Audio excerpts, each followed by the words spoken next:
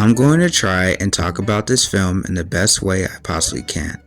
It's a Wonderful Life, directed by Frank Capra, starring James Stewart and Donna Reed, might be the most important piece in media of all time for me.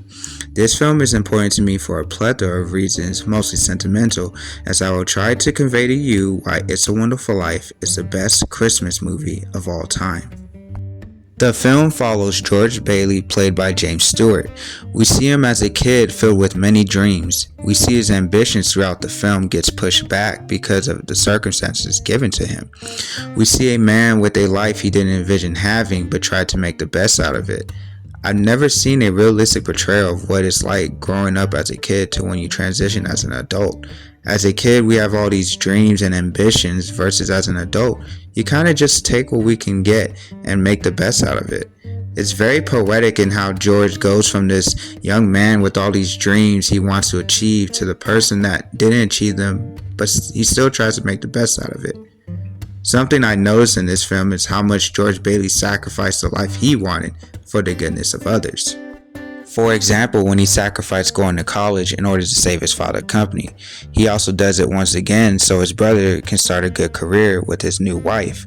He sacrificed his honeymoon in order to save his father's company once again because of the Great Depression. You see him sacrifice so much of what he wants for the goodness of other people. He sees other people are thriving because of his help, but at the detriment to his own well-being. For example, look at the house and the car that we see these people have versus the house and the car that George Bailey has. We see a man who is unsatisfied with how his life turned out as he doesn't achieve the dreams he envisioned. This character reminds me so much of Spider-Man, a man that continues to sacrifice his own life, dreams, and ambitions in order for the well-being of others. I also love that the character George Bailey has flaws. We see him frustrated with his life and he took it out on his kids. We see him treat the love of his life, Mary, not the best all the time. I love that George Bailey is a regular guy that chooses to do good. I also love how the film portrays the little decisions that we make can make a lasting impact in the lives around you. We see George Bailey make so many little decisions that impacted the lives around him, like when he decided not to give a patient medication that was laced with poison accidentally by Mr. Gower, who was grieving the loss of his son at war. That decision saved not only Mr. Gower's life, but the patient's life as well. Also, when he saved his brother's life from drowning when they were younger, which caused George to have a hearing issue. Also, when he decides to walk up to Mary and ask her for a dance, which years later ended up becoming the love of his life. Or when he decides not to go to college and run his father's company, which gave a lot of poor and working class families a chance at a decent home instead of living in the slums. Every little decision you make will not only impact your life, but the lives around you.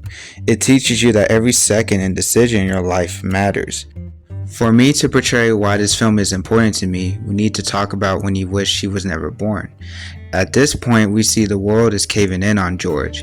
His uncle lost about $8,000, which was supposed to go to the bank, which means he could face jail time for fraud. We see his house is run down and the family is barely scraping by.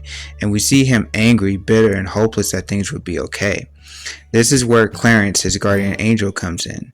In the scene, George wished to Clarence he was never born, and he grants his wish. We see how important George is and all the decisions he made. Without George's intervention in others' lives, things would be much darker. For example, Harry would have died at 8, and therefore thousands of men died at war because Harry wasn't alive to save them. Mr. Gower's life was in shambles because George wasn't there to stop him from giving the poison accidentally to a kid.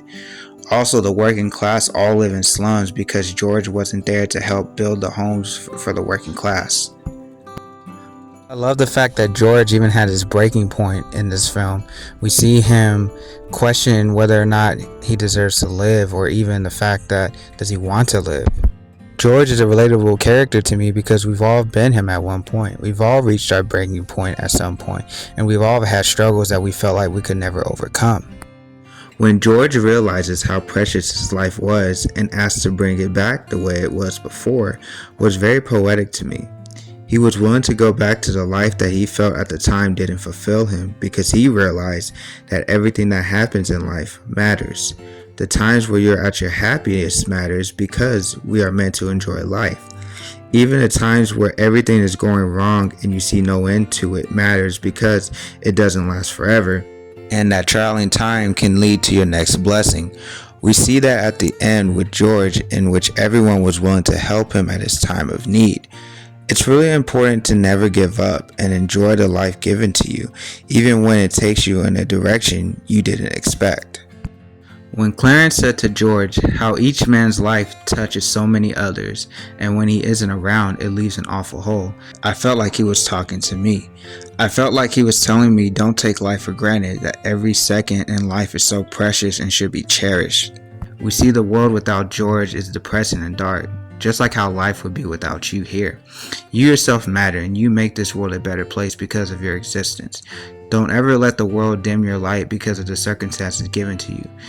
I can't express to you how precious every second life is until you realize it's gone.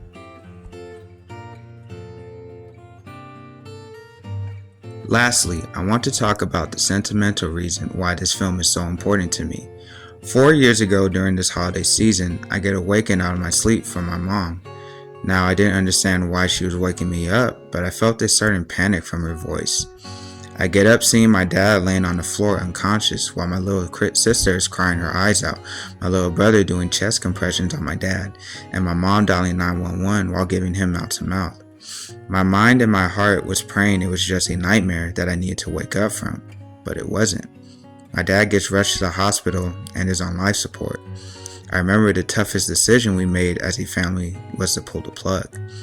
When reality hit that my dad was going to be gone, I remember my mom crying that could flood the whole room. I've never seen her cry like this. As I'm holding her, she felt like a ton of bricks was just put on her shoulders. I remember the uncertainty I felt because I'm the oldest out of my family, and now I'm feeling this pressure of being the man of the house that I wasn't prepared for, especially at 23. I wasn't ready for that. The holiday season has been tough for my family because my dad is no longer here. It always feels so unfair that he's not here, or that none of us got the chance to say goodbye and tell him how much we love and appreciate him. It felt unfair that he wasn't here to witness so many good and wonderful things that happened to my family in the past 4 years. I remember the anger I felt that he passed on and that I didn't have enough time with him. When the time came for my dad's funeral, I remember my mom saying how much my dad loved It's a Wonderful Life, that it was his favorite movie of all time. I remember being scared to watch it because of how I felt with my dad's passing, but one day I ended up watching it. When the movie got to the part when I hear George Bailey's daughter saying, "Look, Daddy, teacher says every time a bell rings, an angel gets his wings," I cried my eyes out. It's so touching for me because George Bailey is how I remember my dad. I remember him as a giver when he asked for nothing in return or even boast about giving. Even the house George lived in felt like the house I lived in, but the house was filled with 2 loving parents that gave me and my siblings every love they possibly could give us. When all the people that George Bailey helped and cared for surrounded him, came to his rescue and gave back to him, reminded me of the legacy my dad left. I remember how packed my dad's funeral was and the lives he touched, that people tell me to this day how amazing of a man my dad was. When I see the end of this movie, it reminds me that my dad is okay and that he's in a place filled with love. During the holiday season, it's a great opportunity to fix things if you can with the people you love. A time to show gratitude to the people that have filled your hearts with love. A time to remember how wonderful life truly is.